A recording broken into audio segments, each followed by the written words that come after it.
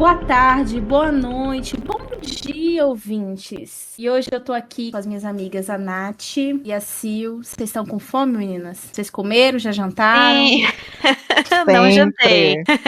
Hoje a gente vai falar sobre um filme que vai mexer um pouco aí com os nossos instintos, com o nosso estômago. Então já aviso aí pros ouvintes. Espero que ninguém esteja aí comendo um snack. Espero que esteja todo mundo aí almoçado, todo mundo jantado. Porque hoje a gente vai falar dele, Ravenous. Então vamos lá. Vamos com a ficha primeiro? Ai, Bom. gente, eu amo tanto esse filme. Desculpa. Eu também, vamos falar muito hoje. Vamos. No episódio de hoje, nós vamos falar de Ravenous, um filme de 1999, dirigido pela Antonia Bird, que não teve aí muitos filmes na sua lista, porque ela era uma socialista esquerdostinha que sofreu alguns boicotes de Hollywood, mas enfim. E o filme é roteirizado pelo Ted Griffin, que é o mesmo roteirista de 11 Homens e um Segredo, Matchstick Man, entre outros filmes aí também famosos. E no elenco principal, a gente conta com Guy Pearce, como o Boyd, aí o nosso protagonista, o Robert Carlyle, o David Arquette, o Jeremy Davis, enfim, vários nomes aí de peso nesse elenco. Qual que é a história do nosso filme? Fala pra nós, Sil. O elenco é incrível mesmo, né, gente? Eu acho Amo. ótimo. Uhum. Mas a gente acompanha, então, o Boyd, como a Nath disse, interpretado pelo Guy Pearce, que era um capitão. E em uma batalha, ele se acovarda. Tá tendo uma batalha muito feroz ali. Esse filme se passa num período de conflito com o México, assim. Então, ele tá nessa batalha e ele finge de morto. E ele é soterrado debaixo de vários outros corpos pra conseguir, então, se livrar. Só que nesse soterramento, ele acaba bebendo o sangue dos corpos que estão escorrendo em cima dele, assim. E isso terá algumas consequências mais pra frente. Boyd, então, ele é enviado pra um posto afastado na Califórnia. E se fala Califórnia, pensa praia, sol. Mas não é esse tipo de posto. É um posto avançado num lugar muito frio, muito isolado, na Sierra Nevada. E ele é mandado pra lá justamente como punição por causa desse ato de covardia. E lá ele vai conhecer os nossos outros personagens. Então tem o Sargento Hart, tem o Cleves, o Toffler, o Knox. Então são vários homens nesse lugar. E são homens que, assim, eles todos foram mandados pra lá por algum motivo, né? Ninguém quer estar nesse lugar tão isolado. Então não tem ninguém ali que seja lá muito bem sucedido em sua carreira, né? No exército. E é lá que ele vai ficar, então, a partir de agora. E um dia, eles são assustados pela chegada de um cara que se apresenta como Calhoun. Ele tá ferido, ele tá desesperado porque ele tá há 3 meses perdido. Ele tava com uma companhia, ele descreve todas as pessoas que estavam com ele. Tem um marido, esposa, tem um líder ali também, que ele diz é o Coronel Ives. E eles se perdem. E ele descreve que a forma que eles tiveram pra se sustentar foi comendo uns aos outros. Isso não demora nada pra ser revelado, assim. O canibalismo nesse filme é uma informação que vem logo e se desenrola a partir daí, assim. Então a gente vai ter esse conflito com esse Calhoun, porque ele diz que quando ele fugiu de quem tinha sobrado, sobraram só o Coronel Ives e uma mulher. E aí eles se organizam, esses homens se organizam pra ir até esse lugar onde ele falou que deixou essas pessoas, pra ver se pelo menos a mulher ainda estava viva para resgatá-lo. Então a gente parte daí e é um filme que começa muito engraçadalho, ele é bem comedinha, assim, ele tem um tom que eu não esperava, mas ele vai ficando sério com o passar da história, assim. O que vocês acham? É isso. Eu tenho tantas questões. Tantas. Pode Ai, trazer. meu Deus. Vou começar do começo, então, já que você disse do tom do começo. Primeiro que esse filme, ele, por mais que esteja acompanhando soldados, logo no começo, ele já mostra que veio pra ser um filme totalmente anti-americano, anti-propaganda americana. Então, o Boyd tá sendo condecorado aí, homenageado pelo seu heroísmo de ter o único sobrevivente à custa da sua covardia. E começa com um banquete que no prato de todos aqueles machos brancos uniformizados tem um bife de um tamanho de uma cabeça, né? E por conta desse trauma que ele passou se escondendo embaixo dos mortos, ele não consegue comer essa carne e ele sai fora vomitar. Só que nessa cena já dá pra ver que assim, o nojo não é só da carne, é um nojo também de todo esse contexto de que, cara, ele tá com nojo dele mesmo, porque ele sabe que é mentira esse heroísmo, porque ele mesmo se chama de covarde, né? Ele não se sente digno de nada porque ele abandonou todos os seus soldados, etc. Ele tem nojo dessas outras pessoas que tá ao seu entorno e desse abuso de poder de, tipo, ele tá ganhando um privilégio que, entre aspas, por direito. Então, eu amo que já começa com ele gorfando ali sobre toda essa questão, e aí a gente vai entrar em outros assuntos também, que são as outras questões que eu tenho, mas eu amo essa propaganda anti-americana, porque igual a Sil disse, ele é convidado a se retirar posto onde só são os caras quebrados. Então você acompanha ao longo do filme que ele subverte essa visão de que são aqueles caras fortes, patriotas, heróis, né? Enfim. Então são soldados, não são soldados vendidos como masculinizados, heróis. Como é uma companhia pequena que tá ali nesse posto, tem um nerdola, que é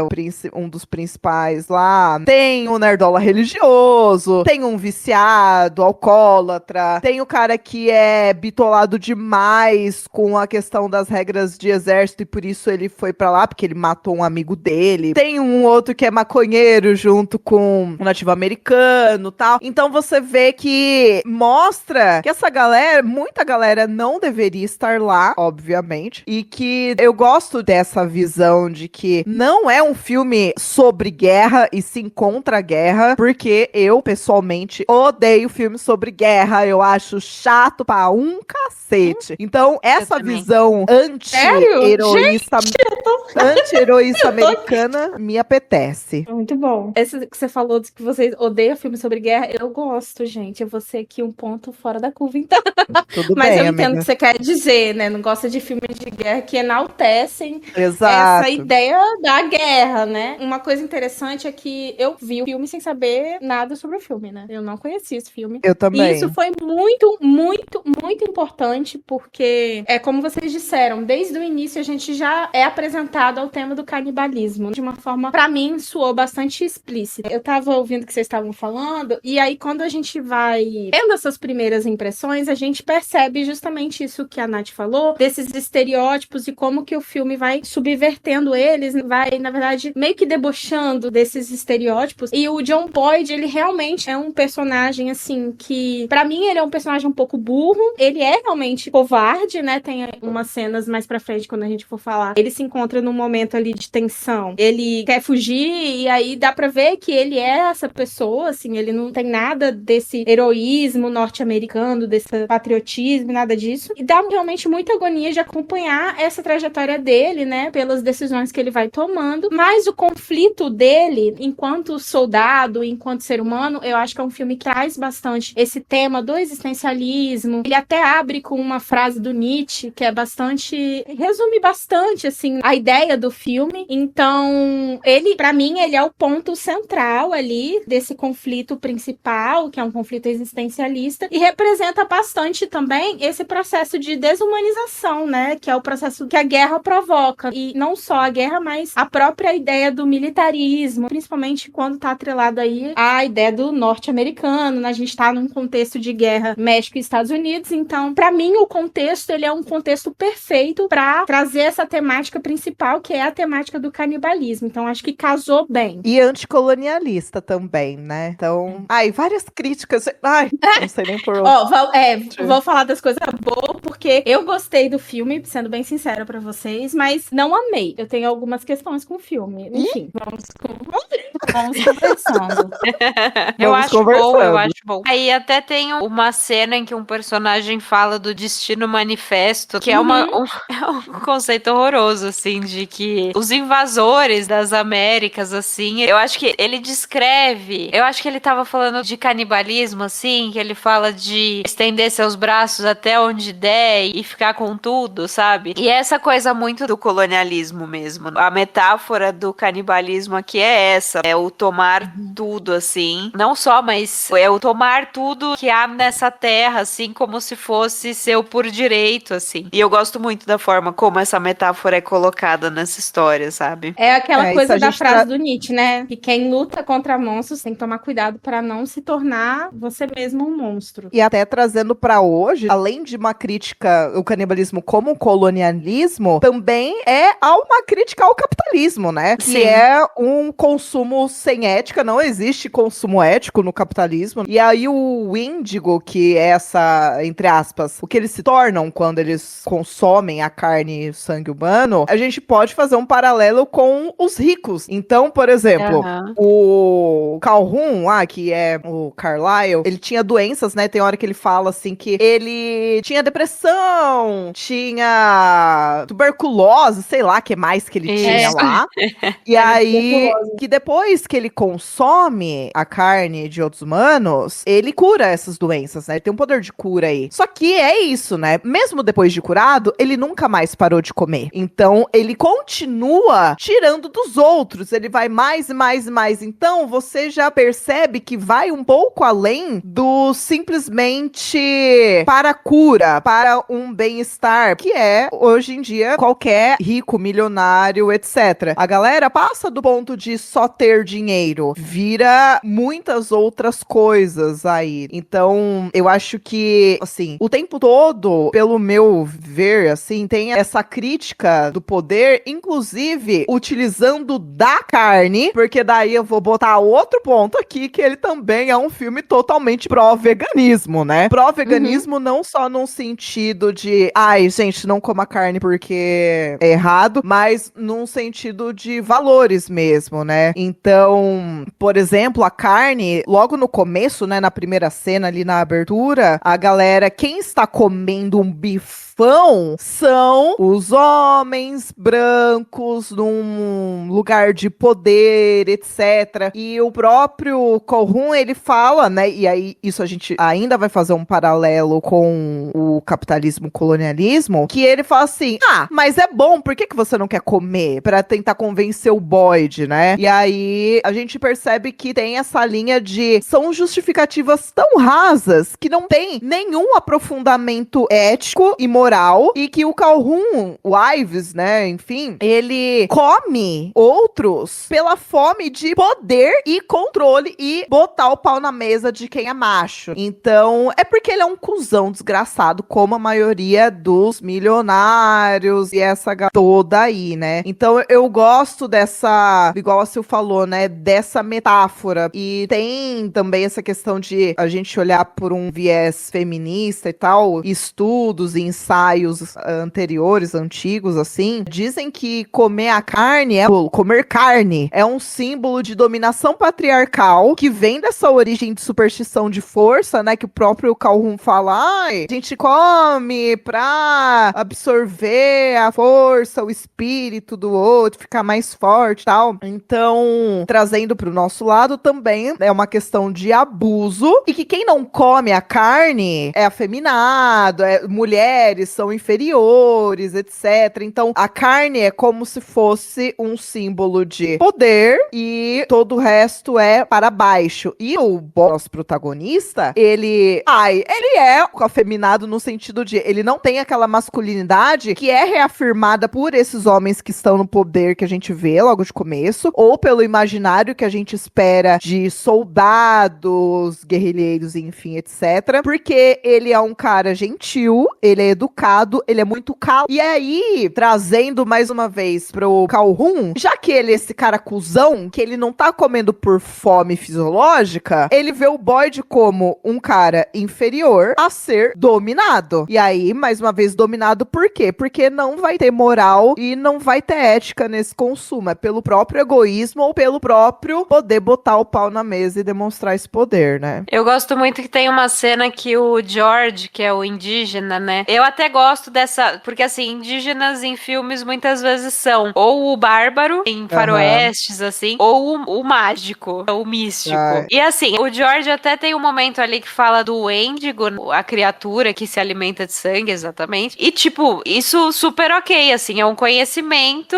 dos povos dele, enfim. Então, os indígenas não são colocados, sabe, nessas posições, assim. Acho que nem de bárbaro e nem de místico. E ele fala que quem come o corpo de Cristo todo domingo é o branco, né? Então, ele, tipo, joga pra a barbárie, assim, não tá entre os povos originários ali, tá justamente entre os invasores. E eu acho bom também essa participação dos indígenas. Inclusive, ele tem também, são dois personagens, né? O George e a Marta, que é a irmã dele, e que eu acho ótimo que no final, o que ela faz quando ela, tipo, ela fica tempos fora, né? Tipo, em 2 momentos ela não está lá nesse posto, assim, mas na segunda vez que ela volta e que, tipo, tá o circo pegando fogo, assim, ela olha assim, ela só se vira e ela vai embora, sabe? Ela é muito sensata, né? Tanto que ela tem essa figura meio matriarca ali, né? Porque ela é a única mulher do posto, né? E ela é a que vai atrás das coisas, tal. Ela parece que meio a voz da razão ali entre eles. Eu acho isso bem legal. Ela tem esse protagonismo, mesmo que coadjuvante aí, Exato. como, né, uma mulher nativa. Eu gosto muito de que todos os personagens, por menos tempo que eles tenham, né? Porque alguns morrem logo, mas todo mundo tem personalidades muito diferentes e muito definidas. Eu tô falando aqui de confundir quem falou o quê, mas não é por, sei lá, todo mundo é a mesma coisa, sabe? Não é. Eles são muito diferentes, assim, e eles todos têm características muito específicas, como a Nath tava falando no começo, né? Tem o Nerdola 1, o Nerdola 2, o bêbado, enfim. Eu gosto muito desse desenvolvimento deles também. Pra mim, a maior metáfora, que na verdade não chega nem a ser uma metáfora, pra mim é o mais óbvio do filme, assim, é justamente a ideia de que esse consumo de carne tem muito a ver com o imperialismo norte-americano e é o próprio contexto da guerra deles, né? Porque essa guerra entre Estados Unidos e México foi uma guerra são do território norte-americano. Então, a gente tá falando aqui, igual complementando o que a Nath estava falando sobre essa história do capitalismo, dos ricos e tal, é uma crítica social e assim, a gente nem precisa ir muito longe, porque o filme tá literalmente colocando na nossa cara que é justamente essa coisa do imperialismo norte-americano, como que você consumir o seu oponente, né, no campo de batalha. Isso é muito representativo quando a gente vai parar pra pensar nessa lógica do embate, né, entre os soldados e tal. E tanto que as cenas que tem, as cenas iniciais de guerra, dá uma impressão daquela coisa da antropofagia mesmo, né, os corpos assim, um em cima do outro. Então, tem toda uma lógica, uma ideia de justamente tratar o canibalismo nesse contexto de imperialista. Eu acho interessantíssimo o acréscimo da história do Wendigo no lore ali, né? Aquela criatura, né? Das criaturas que esses soldados se tornam, justamente porque eu não acho que é um tema abordado de forma leviano, né? Ele casa bastante com esse contexto e com os representantes de povos originários que a gente vê no filme, que são 2. Eu particularmente achei que eles aparecem bem pouco, assim, no filme, mas eu entendo, eles são, apesar de aparecerem pouco, eles são realmente muito importantes para a história. E o que eu acho interessante é que a personagem da Marta, ela é a primeira a desconfiar do Boyd lá, quando ele começa a falar que quem é o Wendigo é o outro, porque na verdade ela desconfia de todos aqueles homens brancos, né? Ela não consegue meio que defender um ou defender o outro. Então isso gera algumas cenas bem, chegam a ser engraçadas, assim, porque o Boyd tá tentando convencer ela de que o Ives, que ele é o Wendigo, e ela não compra essa história. Então, pra mim, ela é a personagem mais inteligente ali dentre todos eles. Apesar de que eu acho que, tipo assim, isso é pouco explorado na minha percepção. Aí outra, né, gente? Você tá num posto avançado aí no meio do nada, neve, enfim. Você não vê ninguém diferente nem nada. De repente, chega um homem gostoso, perdido por 3 meses, que diz que tá sem comer, sem nada. Do nada, assim, todo bonito. Ai, eu também ficaria muito desconfiada, sabe? sabe? Igual aquele ditado, a carne só cai no prato do vegano. Se caísse meu prato, eu ia ficar, será?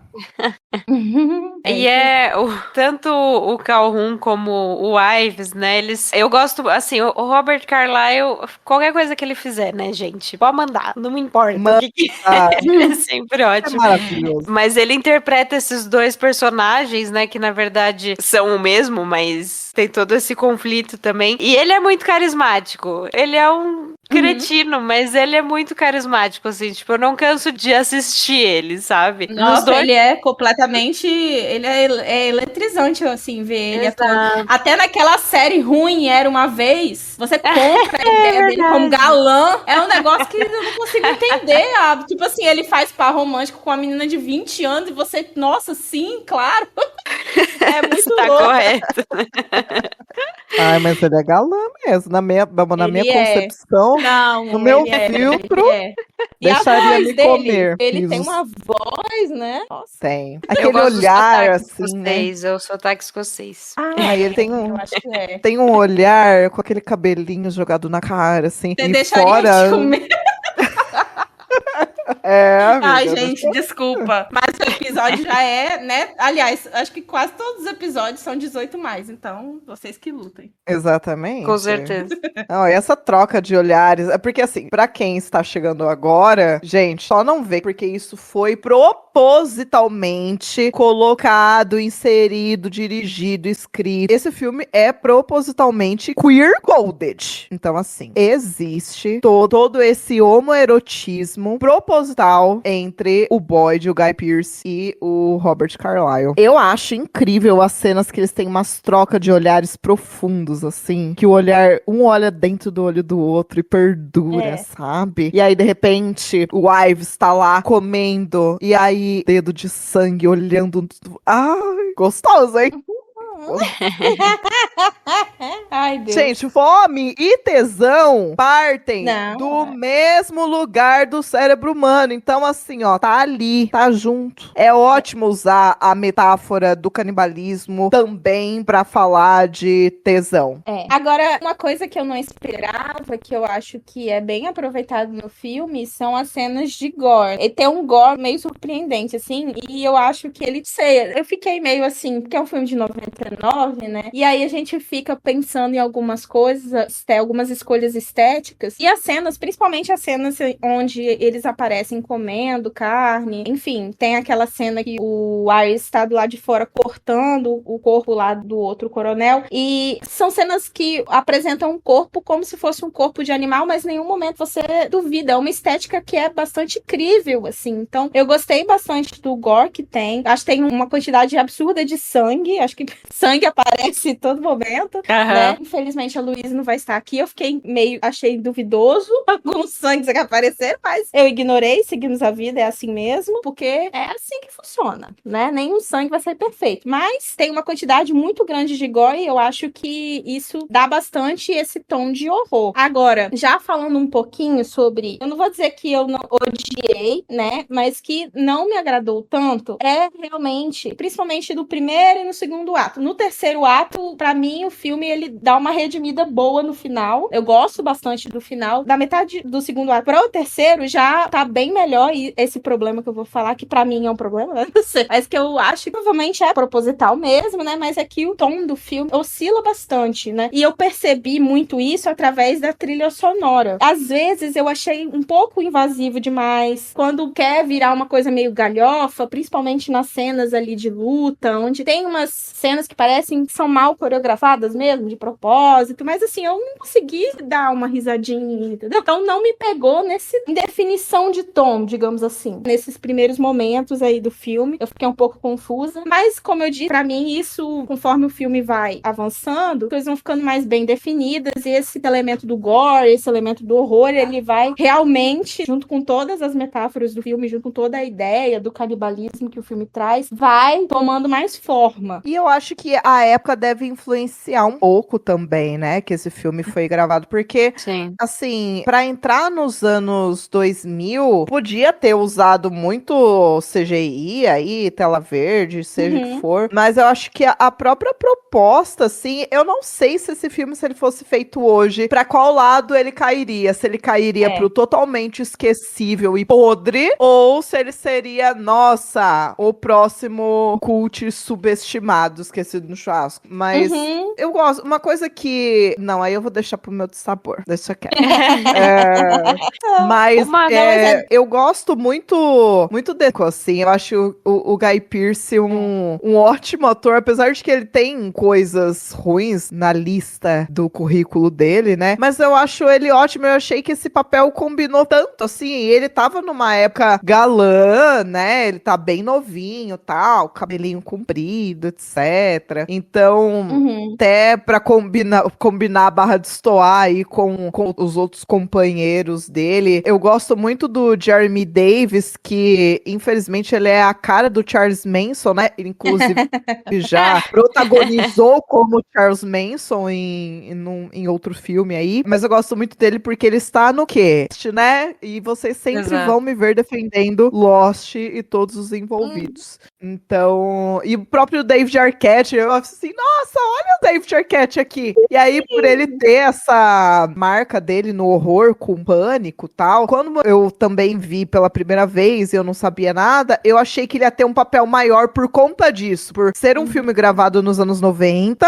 ser um filme de terror, e ele tá ali, eu falei assim, nossa, vai ter super importância, mas ele ficou meio de ladinho, assim, e tudo bem, né? Não dá pra ter tudo. Também achei o elenco de grande peso, assim. Acho que qualquer um que tivesse menos tempo de tela seria uma pena pra gente, assim, porque realmente é um elenco muito bom e todos os personagens são muito bem escritos, né? A gente percebe isso muito claramente, eles todos têm suas próprias linhas narrativas, suas próprias características, isso é muito legal. Ah, eu posso fazer um adendo? Rápido. Gente, eu preciso fazer um adendo que é o seguinte. O Coronel Hart, que é o que recebe o personagem do Guy Pearce, etc., que é um dos sobreviventes que é transformado, que ainda tem um pezinho atrás, ética e tal. O ator que interpreta ele é o Jeffrey Jones. E o Jeffrey Jones, em 2002, ele foi preso por pornografia infantil. E ele mesmo se colocou como culpado e tal, foi sentenciado e, enfim. Depois disso, ele não apareceu em mais nada, até porque ele foi preso, né? Então, só dizendo que temos esta pessoa aí, mas que ele, antes de todo mundo saber dessa merda toda, ele também foi um nome de grande relevância aí pra muita coisa que a gente conhece, tipo Beetlejuice, Sleep Hollow, Advogado do Diabo, Amadeus, enfim. Ele fez várias coisas, então o rostinho dele é muito comum, mas condenamos ele como pessoa, só dizendo. É bom ter esse disclaimer. Mas essa coisa de você não saber, Nath, pra onde esse filme cairia hoje, ele nunca soube, né? Porque eu não sei aonde a Fox estava com a cabeça pra liberar esse filme. É um estúdio enorme, né?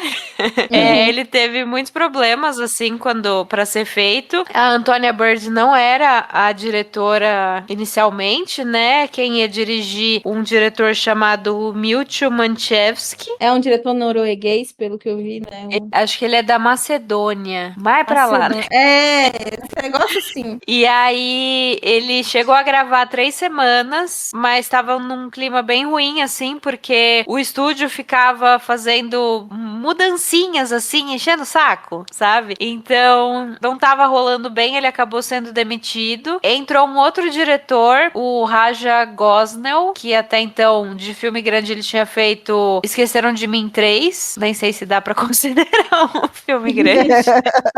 Mas daí os atores não quiseram. E aí o Robert Carlyle indicou a Antonia Bird, ele já tinha trabalhado com ela antes. E aí ela que veio e ficou. Mas mesmo assim ela também teve problemas. Ela disse que a versão final do filme também não era tanto a que ela queria. Diz que o espaço deles ali era meio ruim. A agenda de gravações também. Não eram as condições ideais. Então esse filme pastou pra sair. Ele custou 12 milhões e ele arrecadou 2. Então foi um flop gigante. Mas eu acho que é um filme muito difícil de você direcionar pra um público, sabe? Específico, assim, tipo, pra fazer um marketing mesmo, né? Você vai falar, é um filme de terror. Aí as pessoas começam a assistir, ele é todo engraçadinho no começo, sabe? Aí já causa aquela má primeira impressão, assim. Ah, é um filme de comédia, então. Mas daí depois ele fica super mais sombrio conforme a história vai se desenrolando. Então é muito difícil, assim. Ele é como a Ceci falou, né? Ele não, às vezes ele muda de tom em vários momentos, assim. Então eu acho que é um filme difícil de se direcionar para um público específico. Porém,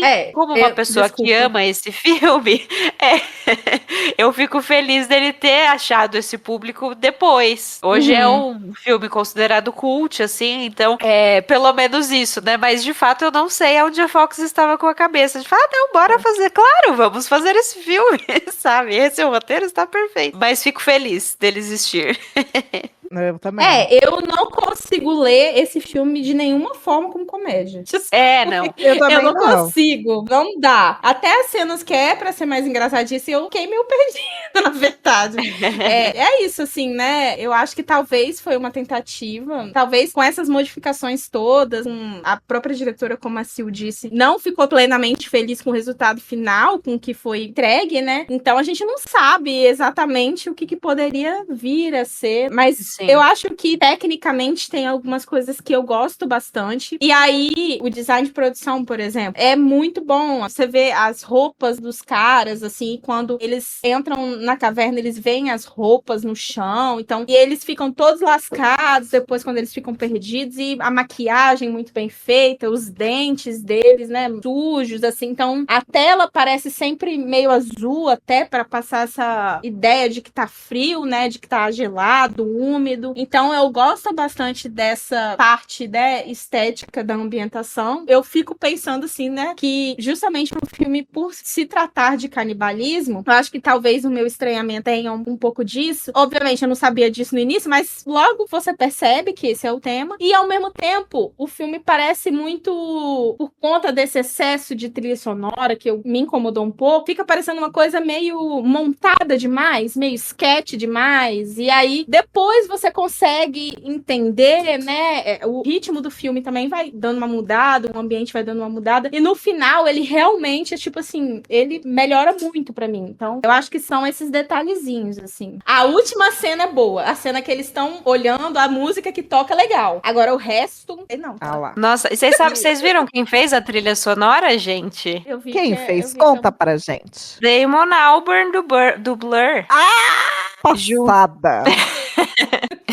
Junto com o Michael Nyman, que é um compositor que fez vários filmes, mas ele foi bastante premiado, assim, pelo piano da Jane Campion. Mas ele faz, né, ele escreve ópera, é um músico bem prolífico, assim, e bem conceituado. Mas junto com o Damon Albarn, eu achei curioso também.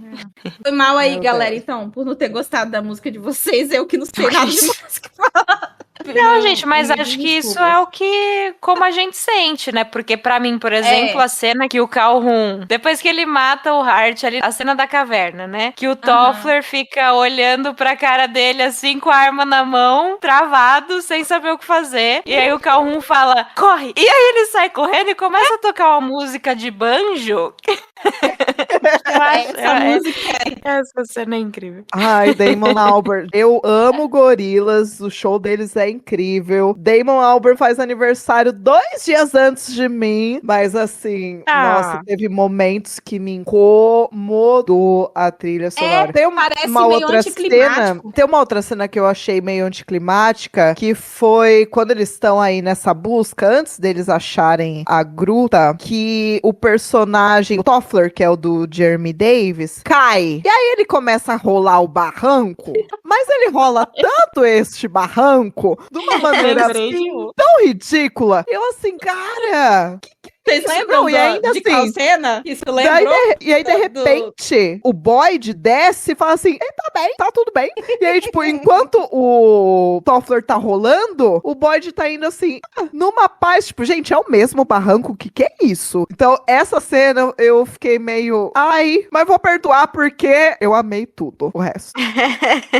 Quando foi a cena lá que a gente criticou no Fred, vocês lembram? O cara rolava o cara no barranco, gemendo. A gente criticou. Vou Eu criticar concordo mais com a Nath. uma rolagem de barranco criticada neste podcast. Até o final do ano a gente vai ter uma lista. Lá, vamos contabilizar quantos segundos tem a queda e ver quem ganha. Prêmio maior rolagem de barranco. Acho incrível. Eu acho que tem uma coisa dela também que eu acho que pode funcionar. Eu achei bem curioso essa edição mais frenética, né, que ela tem em alguns momentos. Principalmente toda aquela sequência deles lá do lado de fora da caverna, quando eles estão descobrindo a caverna. É muito assim, a câmera foca assim na cara do personagem, corta, foca de novo na cara de outro personagem e é uma coisa muito frenética. Isso me lembrou bastante a montagem de filmes de faroeste. E, enfim, essa parte eu achei legal. Eu achei que trouxe um estilinho diferente, assim, pro filme e tal. Aí que tá, né? Porque junto da trilha sonora diferente, exótica, digamos assim, fica uma coisa meio galhofa. Mas só a edição, eu acho legal, né? Eu acho que deixa a cena mais dinâmica e fica, pelo menos pra mim, né? Fez bastante essa referência com esses filmes de Bang Bang, enfim. Total. É um faroeste um pouco diferente pelo clima, assim, né? Mas eu total consigo visualizar isso também nesse lugar. Talvez em outra época do ano, eu não sei se é um lugar que tá sempre frio e nevado, mas talvez numa outra época. Mas tem os cavalos, eles vêm. Até quando tem alguém chegando, que dá pra ver na distância, assim, eu acho que remete muito mesmo. É o jeito que eles seguram a arma, né? É muito, assim, tipo, com uma mão Total. só, andando assim, é muita cara. Faltou um duelo só. Ah, eu queria ver, hein? Não, aí eu ia curtir. Queria curtir. O duelo, um comendo a pistola do aquela. Ai, gente, De ai, a repente quinta virou série que habita em mim. Ah, no final eles ficaram juntinhos. Aquela cena é Não. muito boa. Vamos combinar, muito boa ó. essa cena. Vamos combinar. Assim, de um viés queer, se a gente botar essa lente, esse pode ser um filme sobre também essa questão de um desejo reprimido de estar no armário, né? Porque querendo ou não, o Boyd, ele teve a primeira experiência dele homoerótica ali quando ele tá no começo do filme, gente. Ele tá abaixo de um monte de homem e tá quentinho e tá saindo sangue, entra na boca dele, enfim, é a primeira experiência dele. Isso muda totalmente a vida dele daí pra frente, né? Ele fica depressivo, até a chegada do Ives. E aí rola, né, mais uma vez, essa metáfora do canibalismo, e aí tem a troca de olhares, não sei o que, nananá. E tem uma hora que o Ives fala assim pro Boyd: coragem não é você resistir, coragem é você me aceitar. Gente, mais LGBTQIA+, que isso, sabe? Então, eu achei essa tensão homoerótica foi tudo pra mim. Onde tem, eu vou aplaudir, onde não tem, eu vou criar na minha cabeça dentro dos filmes, né? Mas tem essa própria questão de que, por exemplo, se a gente botar aí essa questão homoafetiva, homoerótica, do canibalismo no sentido de é uma carne proibida, e a carne proibida, que é a carne do humano, ela tem que ser consumida em segredo, né? E aí você vai lá e você come tudo, quando, né? Então tem essa, né? O Ives fica, você sabe o que você quer, você já provou, você sabe que te faz bem, né? Então tem todo esse contexto que, né, se você botar essa lente, você vai pegar muitas falas e muitos detalhes ao longo do filme todo, e também essa questão de, nesse final, a gente tem quase uma parte do gozo aí, né? Porque eles estão lutando corporalmente entre si, e aí o Boyd, pra ser coerente com ele mesmo, né? Com os valores dele ali, etc. Na verdade, finalmente o ato de coragem pra um personagem covarde, entre aspas, primeiro ato de coragem do Boyd é se matar com o Ives na armadilha é uma armadilha de urso, né? Aquilo lá. Gigante, então, eu não entendi pra que servia aquilo. Gigante! Então, eles estão deitados e ele morre por cima do Boyd, deitadinhos assim, com a perninha, com a mãozinha pra cima do peito. Se você pegar, gente, uma noite com o seu afeto aí, pode acabar exatamente naquela posição. Pode ver, pode reparar. matar. E aí, tanto que o Ives fala assim, quem será que vai morrer primeiro? Se eu morrer primeiro, bom apetite, você me come. Se você morrer primeiro, eu vou te comer.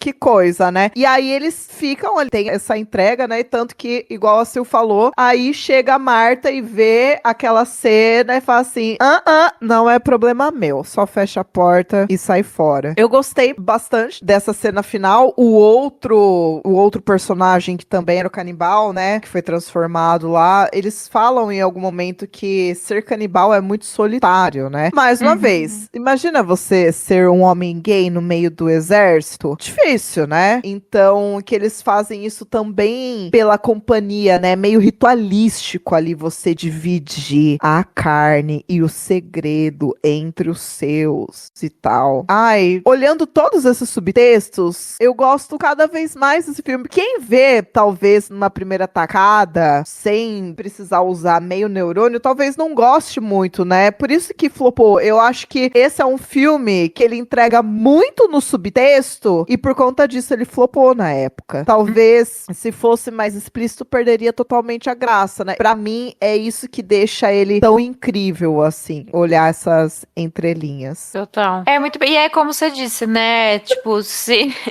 Não importa se tá lá, assim, de propósito, a gente acha as coisas, né? E até esse contexto queer, eu acho que em Ravenous é muito claro, mas pegando o cinema no geral, assim, tem uma minissérie, eu esqueci o nome, mas eu pego pra deixar nas indicações finais, mas é uma minissérie documental que fala justamente sobre contextos queer em filmes de monstros, por exemplo, sabe? Que às vezes não é tão de propósito, ou é pra deixar bem escondidinho mesmo, sabe? Mas quem tem esse olhar, quem tem esse recorte, de fato vai perceber essas coisas. E isso só acrescenta aos filmes, né? É isso que a gente tá falando, né? Canibalismo, o ato de comer é muito sexual, gente, já, por si só. Então, eu acho que é muito natural ter esse tipo de subtexto e os diálogos, né? A gente olhando assim pela a carinha da maldade, aquelas, né? Do chifrinho assim, ó, delícia. A gente percebe muito isso na relação desses dois personagens. Então, e o filme, no final, fica realmente um clima total de romance ali, os dois. Uma coisa até bastante poética, assim, morrem. Então, eu acho que é um subtexto não só possível, mas que existe mesmo, né? Eles são temas que estão conectados, assim. Total.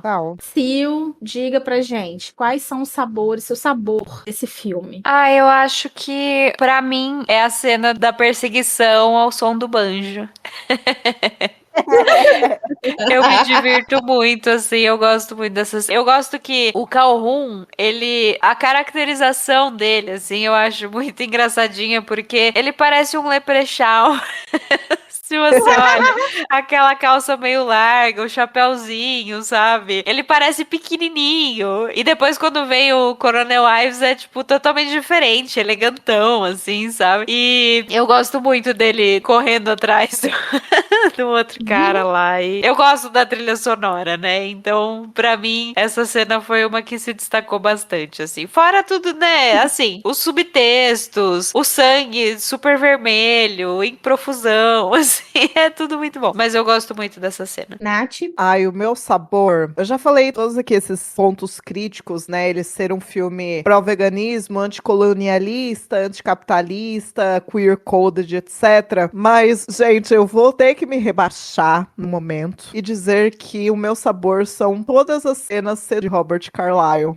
Falando manso, assim, olhando nos olhos de Guy Pearce, lambendo o dedo, tal. Mas, tiro esse meu momento em estado de período fértil, eu gostei muito que é um filme que tem uns 3 plot twists, assim, né? E da caverna, nesse primeiro plot twist que eles encontram a caverna e tem muito, muito osso, muito, muito corpo lá, muito osso mesmo. E aí revela que o Ives, na verdade, ele era o... Então, nesse primeiro plot, eu achei ele muito bem colocado, assim, por mais que, sei lá, quem é velho de guerra, risos, pode esperar um pouco que isso fosse acontecer, mas eu achei um timing muito bom, assim, eu gostei bastante. Então, vou deixar esse meu sabor. O meu sabor é todo o trabalho do Robert Carlyle nesse filme. Pra mim, ele, como eu falei, né? Ele é o ponto de tensão principal do filme. Eu acho que o personagem consegue enganar qualquer pessoa. Eu acho que ele já consegue, com o seu próprio charme, como a Nath bem falou, enganar qualquer pessoa. E isso faz o filme ficar, pra mim, assim, eleva ainda mais a qualidade do filme. Quando ele aparece como Capitão Ives, por exemplo, a gente vê o personagem do Boyd ainda mais maluco, assim, ele vai falando realmente desesperado. E pra mim o trabalho do Carlyle, ele segura bastante essa parte, assim, da tensão do filme. Mas agora a gente vai, então, falar sobre... Sei que vocês adoraram o filme, meninas, mas a gente vai ter que escolher um dissabor, pelo menos, pra falar. O que você não gostou do filme, Aí vocês me Sil? pegaram. Então esse é um problema. Eu tava Tem que ter alguma pensando coisa. aqui. Então, eu não sei, eu acho que talvez a volta do Hart, sabe? Eu não sei se precisava, assim, se acrescenta muito a história, sabe? Tô caçando qualquer coisa pra colocar aqui. Mas não sei, acho que poderia talvez ter passado sem, porque aí ele só existe mais um pouquinho, né?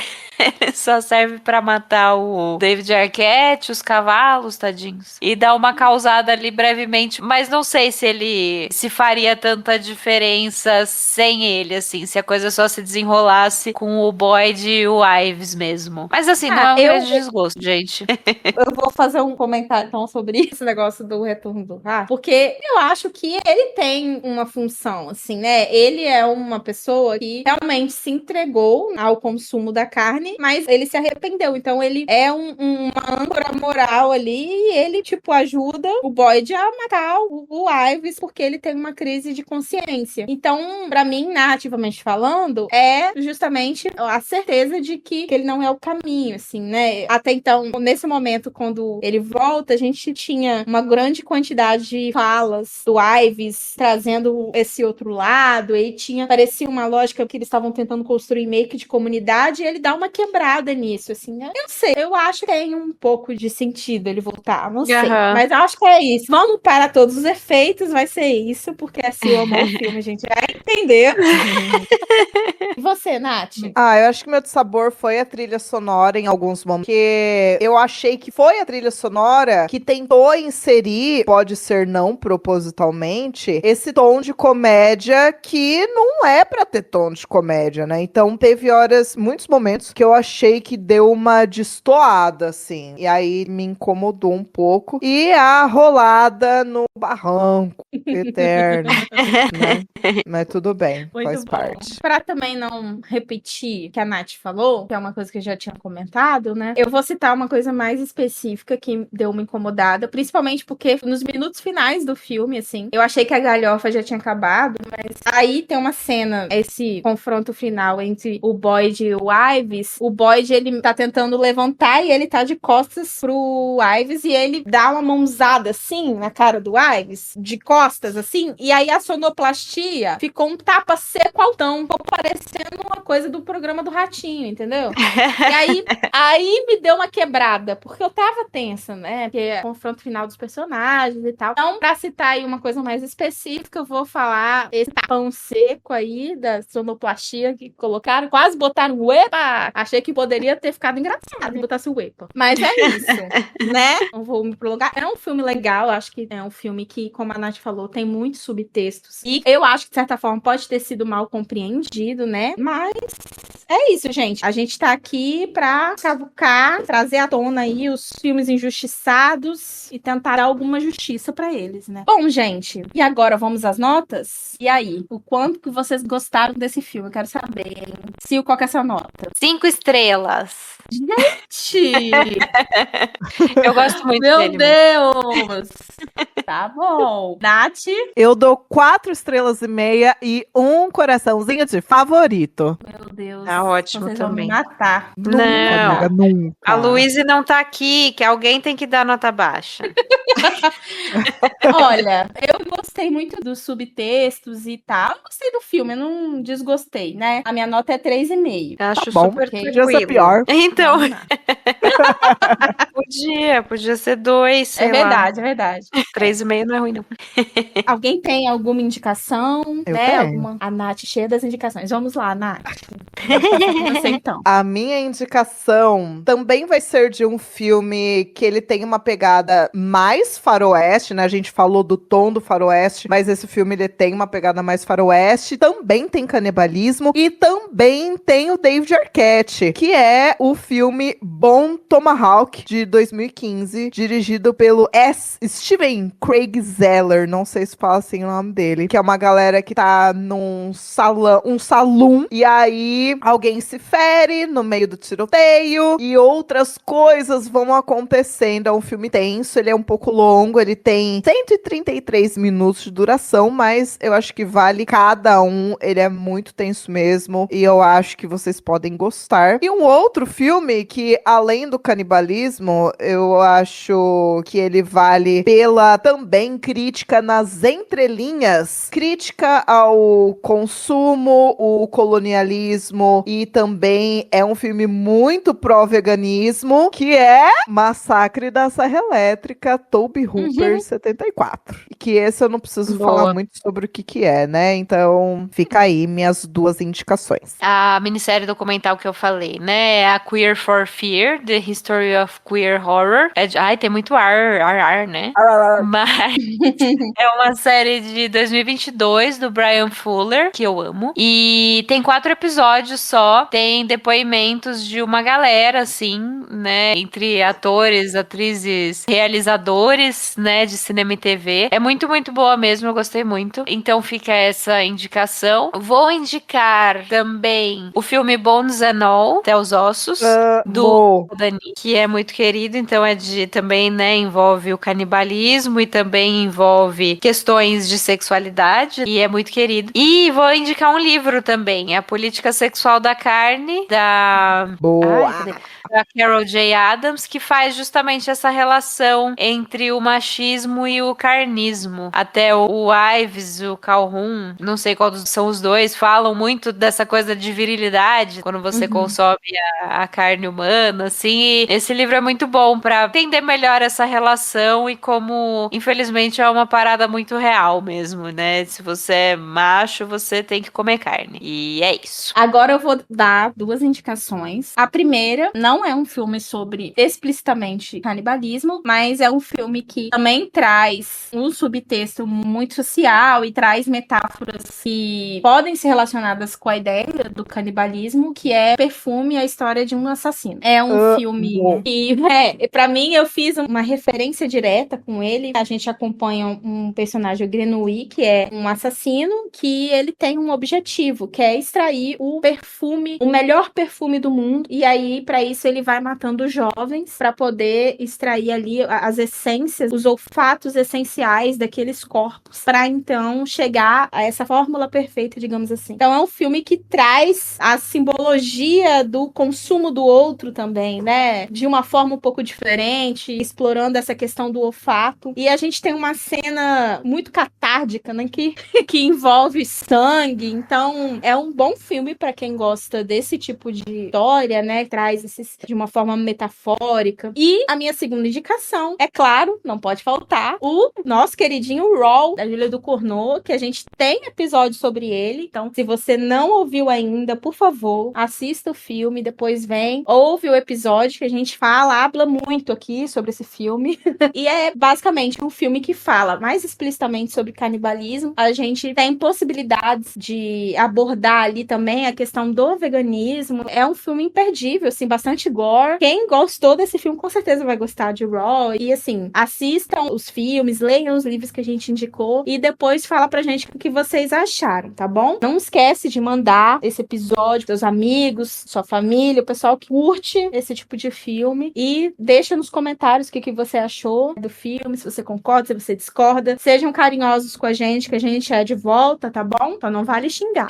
O resto vocês podem falar. Lembrando que, além de estarmos no seu agregador de podcast favorito, também estamos no Instagram e estamos no YouTube. YouTube. Agora no YouTube também faremos críticas de filmes além dos dirigidos por mulheres. Então a gente já tem crítica de Prédio Vazio e vem aí. Então, se eu fosse você, eu acompanharia as suas rainhas do grito nas redes por aí, porque, galera, não é por nada não, mas a gente tem vários vem aí e ter a opinião e a colaboração e a parceria com vocês é muito importante pra gente. Então, assim, também agradecer todo mundo que ouve e apoia a gente. É muito legal ter esse contato com vocês. E todos os links estarão no post. Gente, Exato. dá Com uma a olhadinha, né? Falem com a gente. A gente gosta de conversar. Por favor. Adoramos, a gente responde, tá? A gente é bem acessível. Muito. Exato. Vamos. Então é isso. Um beijo, gente. Então é isso, pessoal. Um beijo. Até a próxima. Um beijo, vou petiscar uma Até. coisinha agora. Ai, meu Deus do céu.